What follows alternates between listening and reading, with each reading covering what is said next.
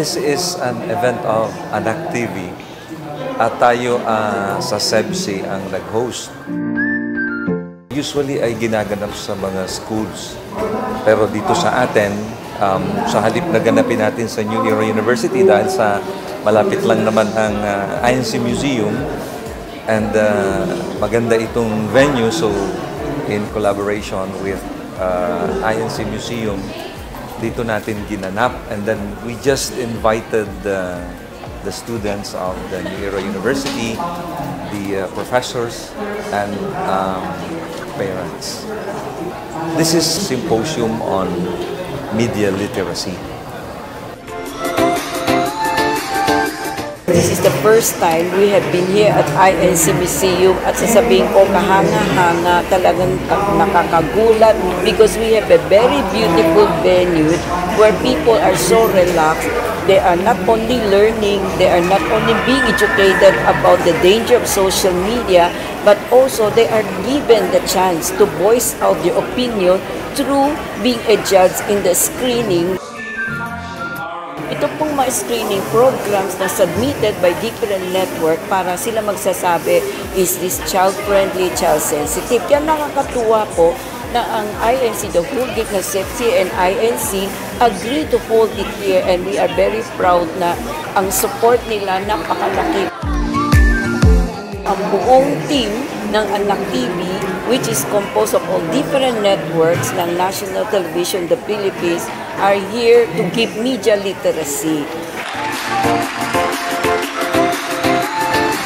Dahil sa suporta ng SEBC at INC TV sa advocacy ng Anak TV, na ito ay ang pagkakaroon ng child-friendly programs at ang advocacy tungkol sa pag-iingat sa mga bata pagdating sa kanilang mapapanood.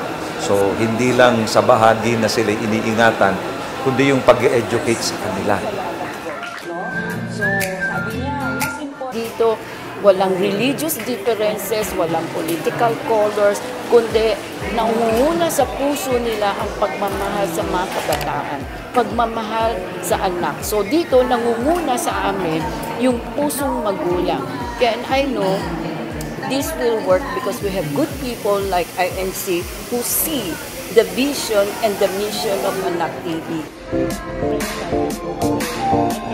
Para sa akin kasi yung mga estudyante, sila yung next generation, sila yung magmamana ng ating bansa, ng ating kinabukasan. So dapat nasa tamang direksyon sila. Nandun pa rin yung old school values na pinopromote natin. Hindi siya pwedeng mawala kahit na gaano ka moderno yung ating lipunan, yung ating mundo na ginagalawan. Naniniwala ako na napaka-importante ng mga lumang values na meron tayo, yung mga principles na meron tayo. At yun, dapat mangibabaw pa rin, di ba? Gaano man moderno yung ating panahon. Malaking tulong itong ginawa ng Anak TV because sa ganitong forum, dito sa ganitong pagkakataon, nagkakaroon tayo ng karagdagang information, ng karagdagang learning, para nang sa ganun yung impormasyon na hindi natin makukuha sa classroom, impormasyon na hindi natin makukuha sa media or social media, sa ganitong mga forum, first hand nating ma-share, first hand may share ng Anak TV sa mga kabataan yung ganitong klaseng impormasyon. Para po sa mga magulang, ang message ko po, be a role model po sa inyong mga anak. Ituro po natin sa kanila kung ano po yung mga dapat tama at mali po sa social media. Ayan po. So, yung mga contents and programs po is safe sa kanila, educational, ayan po. Yun nga po, be a role model po. And of course, bantayan po natin kung ano po yung mga ginagamit na platforms.